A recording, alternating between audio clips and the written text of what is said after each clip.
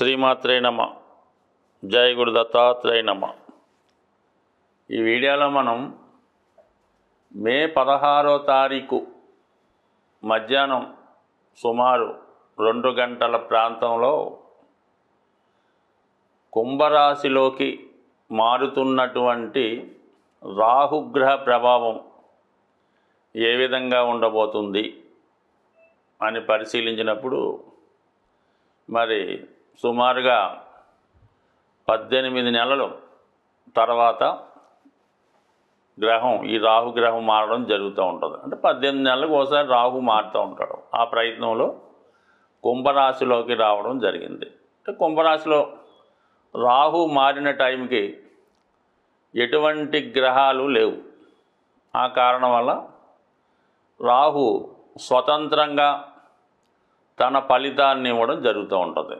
అలాగే కుంభరాశి కూడా మరి రాహుకి స్వక్షేత్రం అవటం వల్ల స్వక్షేత్రంలో చేరినటువంటి రాహువు చాలా వరకు మరి స్వతంత్ర ఫలితాలు ఇవ్వడం జరుగుతూ ఉంటుంది. అయితే అప్పటికే మిథున రాశిలో చేరి ఉన్నటువంటి గురువు భాగ్య దృష్టితో రాహుని చూడడం జరుగుతూ ఉంది. రాహు మరి గురు దృష్టి శుభగ్రహ దృష్టి పట్టడం వల్ల జాతకుడికి కొన్ని శుభ ఫలితాలు ఇవ్వడం జరుగుతూ ఉంటుంది.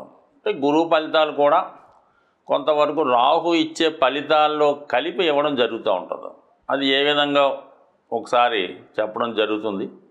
వృశ్చిక రాశి వారికి చతుర్థ రాహు అంటే కొంతకాలంగా అంటే ఇంచుమించు మార్చి నెలాఖరు దాకా అర్ధాష్టమ శని జరిగింది మన వృశ్చిక రాశి వారికి.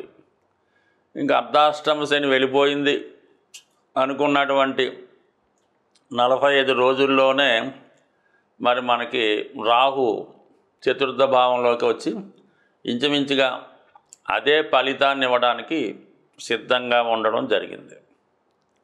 అయితే ఇందులో కొంత బెటర్ ఉంటుంది. మళ్ళీ శని తన సొంత ఫలితాలు మాత్రమే ఇవ్వడం జరుగుతూ ఉంటుంది.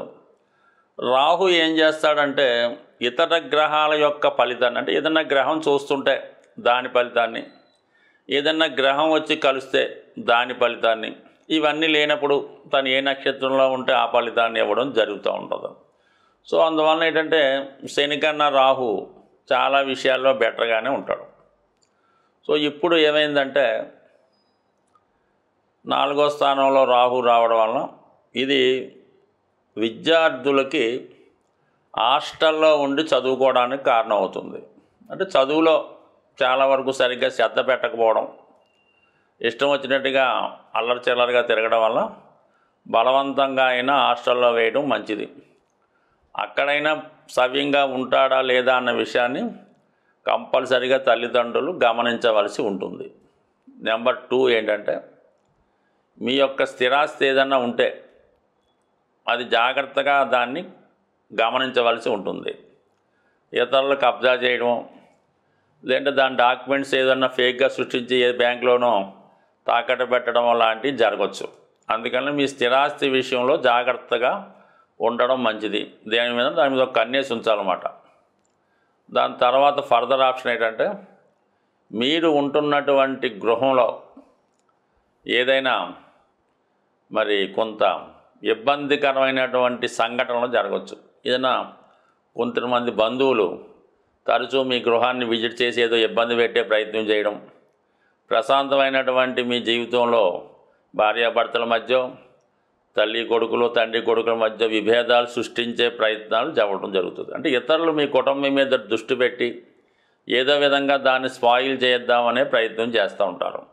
అలాగే కుటుంబంలో ఒకరికి ఏదో ఒక విధమైనటువంటి ఆలోచనలు వస్తుంటాయి. ప్రేమ వ్యవహారంలో పట్టడం, ఇంకొక బెట్టింగ్లకు అలవాటు పడటం, లేదంటే ఇంకొక బ్యాడ్ ఫ్రెండ్షిప్, చిన్న చిన్న వ్యసనాలు బారి పడడం. ఇందులో ఎవరు ఎగ్జాంపుల్ కాదు. అంటే కుటుంబంలో ఒకరికి అవ్వడం మీకు కొంత మనశ్శాంతి కరువవుతూ ఉంటుంది. కుటుంబంలో సభ్యులు పెద్దగా మీ మీద పట్టించుకోరు, వారు ఇష్టం వచ్చినట్టు వాళ్ళు ప్రవర్తిస్తుంటారు. కొన్ని సందర్భాల్లో మీరు కూడా ఆ కుటుంబ పరిస్థితులు అనుకూలంగా లేకపోవడం వల్ల వేరే దారులు ఎదుక్కోవడం కూడా జరుగుతూ ఉంటుంది. సో ఇది ఇంకొక యాంగిల్లో పరిశీలించినప్పుడు ఎవరైతే మెడికల్ ఎంట్రన్స్ లాంటిదో ప్రవేశం కొరకు కానీ విదేశంలో విద్య కొరకు కానీ ప్రయత్నం చేస్తుంటే వారికి ఇది చాలా వరకు ఉపయోగపడుతుంది. ఎందుకంటే పంచమాధిపతి గురువు దృష్టి చతుర్థం మీద పట్టడం వల్ల చాలా వరకు మీకు ఈ వైద్య వృత్తి, ఉన్నత విద్యా అవకాశాలు, దూర ప్రాంతంలో విద్యా అవకాశాలు వచ్చే అవకాశం ఉన్నది. దాని తర్వాత ఏదైనా ఒక స్థిరాస్తి ఒక చోట ఏమన్నా ఉంటే దాన్ని శుభ్రంగా విక్రయించి వేరే చోట ఇంకా ఖరీదైనటువంటి బాగా జనసమర్థవంతంగా ఉన్నటువంటి కమర్షియల్ ప్లేస్లో ఏదైనా స్థిరాస్తి కొనడానికి చాలా వరకు ఉపయోగపడడం జరుగుతూ ఉంటుంది. అంటే ఇక్కడ ఈ 4లో ఉన్నటువంటి రాహు 12ని చూస్తున్నాడు, అలాగే గురువు కూడా 12 చూస్తున్నాడు. అంటే 4, 8, 12 యాక్టివేట్ అవుతాయి. ఈ రాహు ఉండడం వల్ల ఏంటంటే ఇదొక రకమైనటువంటి మోక్షస్థానం, గురువు అక్కడ ఉండడం. ఇవి కొన్ని సందర్భాల్లో ఇతర కమ్యూనిటీలోకి, ఇతర మతంలోకి, ఇతర సాంప్రదాయాల్లోకి మారడానికి కూడా ఒక విధమైనటువంటి ఈ గురుచండాల యోగం లాంటిది యాక్టివేట్ అయ్యి ఈ విధంగా మత మార్పిడికో, అన్యమత వివాహాలకో, ఇంటర్ క్యాస్ట్ వివాహాలకో, ఏదైనా ఆదర్శ వివాహాలు లాంటి పాల్గొనడానికి కూడా జరుగుతూ ఉంటుంది. మరి కొంతమంది ఏదైనా ఓల్డేజ్ హోమ్లోనూ ప్రశాంతంగా ఎక్కడైనా చివరి జీవితం గడపడానికి ఒక నిర్ణయం తీసుకోవచ్చు. అంటే ఏ కమ్యూనిటీకి ఆ కమ్యూనిటీ ఉంటుంది కాబట్టి దీన్ని మనం ఎవరిని ఏమన్నాం. బట్ ఏదైనా ఒక ఆధ్యాత్మిక కేంద్రంలో మరి మీరు మీ యొక్క శేష జీవితం అనొచ్చు, ఆఫ్టర్ రిటైర్మెంట్ గడపడానికి కూడా ఈ గ్రహస్థితి కొంతవరకు అంటే ఇంట్లో పరిస్థితులు మీకు అనుకూలంగా లేకపోవడం వల్ల అవి మీకు అర్థమవుతాయి కదా. దానికన్నా మీరు ఏదైనా హోమ్లో ప్రశాంతంగా చేరి హాయిగా ఉండడం బెటరు. మరి ప్రస్తుతం రాహు యొక్క కారకత్వాలు, రాహు ఏంటంటే మరి తల యొక్క భాగం, సరే కేతువు మొండం కాబట్టి రాహు ఆకాశం నుంచి అంటే పైనుంచి కింద ఉన్నటువంటి ప్రపంచాన్ని చూడడం జరుగుతుంటుంది. అంటే మానవాళ్ళని, ఇక్కడ ఉన్నటువంటి పరిస్థితులు, ఇక్కడ ఉన్నటువంటి లగ్జరీసు, భోగాలు, వైభోగాలు అన్నీ చూస్తూ ఉంటాడు. అన్నీ తనకు కావాలని కోరుకున్నటువంటి గ్రహం రాహుగ్రహం. అత్యంత ఆశ కలిగినటువంటి గ్రహం, అలాగే అత్యంత శుభగ్రహం కూడా చెప్పొచ్చు కొన్ని సందర్భాల్లో. మరి సంతానాన్ని ఇచ్చే అధికారం రాహుకుంటుంది, అలాగే వివాహం చేసే అధికారం ఉంటుంది, సంపదనిచ్చే అధికారం ఉంటుంది. బట్ కానీ ఏదైనా తను ఇచ్చే దాంట్లో కొద్దిగా అవినీతి, అక్రమం ఉంటుందన్నమాట.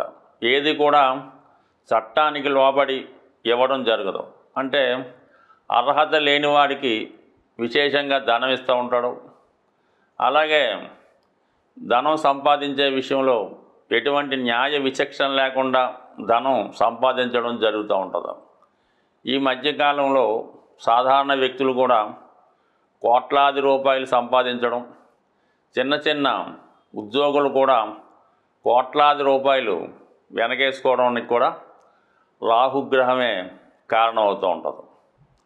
అయితే రాహు జాతకంలో ఏ గ్రహంతో కలిస్తే ఏ భావంలో ఉంటే ఆ భావ ఫలితాలు ఇవ్వడం జరుగుతూ ఉంటుంది.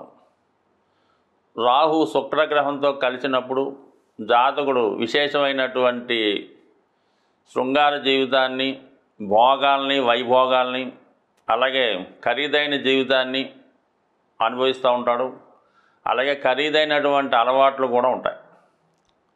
అదే బుధగ్రహం ఉన్నప్పుడు విశేషంగా వ్యాపారంలో కోట్లు ఆర్జిస్తూ ఉంటారు. అంటే అక్రమం ద్వారా ఫేక్ నోట్లు అవ్వచ్చు, లేదంటే ఫేక్ డాక్యుమెంట్స్ అవ్వచ్చు, లేనిది ఉన్నట్టు సృష్టించవచ్చు, అకౌంట్లు తారుమారు చేయొచ్చు.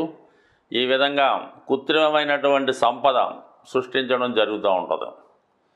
సోకాల్డ్గా అందరికీ తెలుసు, గురువుతో కలిసినప్పుడు ఏర్పడే గురుచండాల యోగం ఇది ఎక్కువగా విద్యార్థుల మీద ప్రభావం చూపుతూ ఉంటుంది. సులువుగా కొన్ని క్వశ్చన్లు రాసి పాస్ అయిపోవడం, అలాగే బ్యాక్ డోర్ ద్వారా ఈ పరీక్షా కేంద్రాల్లో వాళ్ళకి వీళ్ళకి మేనేజ్ చేసి పాస్ అయిపోవడం ఇలా కూడా జరుగుతూ ఉంటుంది. గురువుల్ని ఇబ్బంది పెట్టడం కూడా, అంటే అనేక గంటలు చెప్పచ్చు ఈ విషయం గురించి, బట్ సింపుల్గా చెప్పాలంటే ఇది. అయితే రాహువు శని కలిసినప్పుడు మాత్రం చాలా గొప్ప పెద్ద పెద్ద సంస్థల్లో పారిశ్రామిక రంగంలో ఉపాధి కల్పిస్తూ ఉంటాడు. ఇప్పుడున్నటువంటి సాఫ్ట్వేర్ రంగం అయితేనే, సినిమా రంగంలో అభివృద్ధికి ఈ శని రాహులే కారణమవుతూ ఉంటాడు. ఎవరి జాతకంలో అయినా శని రాహులు కలిసి ఉంటే వారి జీవితంలో చిన్న స్థాయి నుంచి అత్యున్నత స్థాయికి వెళ్ళే అవకాశాలు రావడం జరుగుతూ ఉంటుంది. అది కష్టపడి సంపాదించడం జరుగుతూ ఉంటుంది. ఇది గొప్ప యోగం మాట. చాలా వరకు ఇది జాతకంలో ఉండాలని కోరుకోవాలి. అలాగే ఏంటంటే శుక్ర రాహులు ఉండడం కూడా ఎలాగైతేనే జీవితంలో చక్కగా అనుభవిస్తారు.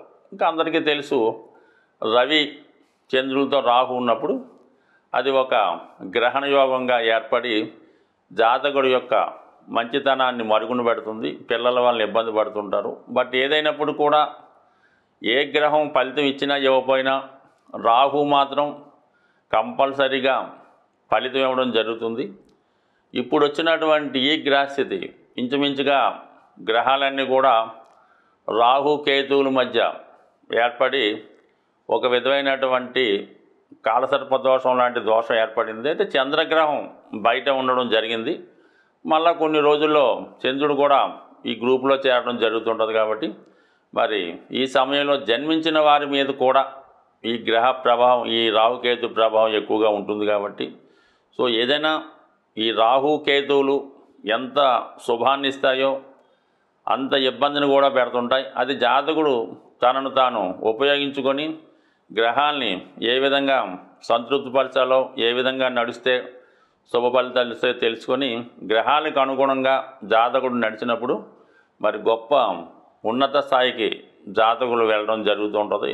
గ్రహాల యొక్క స్థితి మనకి అనుకూలంగా లేనప్పుడు ఆ గ్రహాలకి పరిహారం చేసుకోవడం వల్ల ఆ గ్రహాల మంచి ఫలితాలు మాత్రం మనం పొంది చెడు ఫలితాలని దూరం చేసే విధంగా జరుగుతూ ఉంటాయి. ఏదైనా ఒక గ్రహానికి మనం పరిహారం చేసుకోవాలంటే ఆ గ్రహం మీద శుభగ్రహ దృష్టి ఉంటే ఆ గ్రహం మనకి ప్రసన్నం అవడం జరుగుతూ ఉంటుంది. అదృష్టవశాత్తు రాహుగ్రహం మీద గురువు యొక్క దృష్టి ఉండడం వల్ల కంపల్సరిగా మీరు రాహుగ్రహానికి చేసే పరిహారాలు మీకు మంచి ఫలితాన్ని ఇవ్వడం జరుగుతూ ఉంటాయి.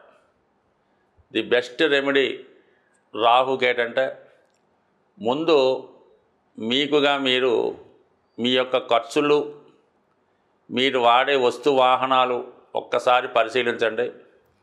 అవి మన స్థాయికి మించి ఉంటే వాటిని తగ్గించే ప్రయత్నం చేయండి. నెంబర్ 1 అంటే మనం వాడే కారు, వాడే సెల్ ఫోను, వాడే బట్టలు, నిత్య జీవితంలో మనం పెట్టే ఖర్చులు ఈ ఒక్కసారి గమనించి దాన్ని కంట్రోల్ చేసుకుంటే నెంబర్ 1గా సరిపోతుంది. అది రాహుకి నెంబర్ 1 రెమెడీ. దాని తర్వాత ఎవరైతే మీ ఫ్రెండ్ సర్కిల్లో మిమ్మల్ని ఉపయోగించుకుంటూ వాడి యొక్క అవసరాలు తీర్చుకుంటూ ఉంటాడు, ఏదో క్రికెట్ మ్యాచ్కి వెళ్తూ ఉంటాడు, లేదంటే గోవా వెళ్తూ ఉంటాడు, క్యాసినో ఆడుతూ ఉంటాడు, జాగ్రత్తగా గమనించండి. అటువంటి వాళ్ళని ముందు దూరం పెట్టే ప్రయత్నం చేయండి. మీకు అవకాశం ఉంటే వాడిని మార్చే ప్రయత్నం చేయండి. అంటే మీరు మంచి దారిలోకి వాడిని తెచ్చుకొని వాడిని ఆ వ్యసనాల నుంచి బయటపడితే దాన్ని బట్టి మీరు కూడా, అంటే ఎంత మనం మానేద్దామన్నా ఏదో ఒక బలహీన క్షణంలో వాడు ఏదో గోవా వెళ్తూ ఉంటాడు, కంపల్సరీగా వెళ్ళడం జరుగుతూ ఉంటుంది. అందువల్ల ఈ 2 ముందు తగ్గించుకోండి. దాని తర్వాత మెయిన్గా రాహుగ్రహానికి అమ్మవారు, అంటే దశ మహావిద్యలు, ప్రత్యంగర, చాలా అనేక రకాలు ఉంటాయి. బట్ కానీ అందరికీ అనుకూలమైనది కనకదుర్గ అమ్మవారు. ఆ అమ్మవారికి మీరు ప్రతి శుక్రవారం విధి విధానంగా దర్శించుకొని అవసరమైతే అమ్మవారికి ఒక నిమ్మకాయల దండ, కుంకుమర్చన, రాహుకాల దీపం, అంటే మంగళవారం కానీ శుక్రవారం కానీ ఇంపార్టెంట్ అన్నమాట. మంగళవారం అయితే 3 to 4:30, శుక్రవారం అయితే 10:30, 12 ఈ టైంలో రాహుకాల దీపం వెలిగించడం. మరి మగవారైతే రాహుకాలంలో ముఖ్యమైన కార్యక్రమాలు ప్రారంభించుకోకూడదు. అది కొంచెం జాగ్రత్తగా గమనిస్తే సరిపోతుంది. అలాగే ఎక్కువగా ఏదైనా మరి ఈ వాయుతత్వ రాశిలో రాహు ప్రవేశించాడు కాబట్టి విధి విధానంగా మీరు అమ్మవారికి హోమం చేయడం ద్వారా కానీ, హోమంలో పాల్గొనడం వల్ల కానీ కంపల్సరీగా రాహు ప్రసన్నం అవ్వడం జరుగుతుంది. అంటే గురు దృష్టి కూడా ఉంది కాబట్టి గురువు యొక్క స్ట్రెంత్ను కూడా పెంచుకోవచ్చు. గురువు బలాన్ని పెంచుకోవాలంటే ఏకైక మార్గం ఏంటంటే దక్షిణామూర్తి, దత్తాత్రేయుడు, మీకు విద్య నేర్పిన గురువు.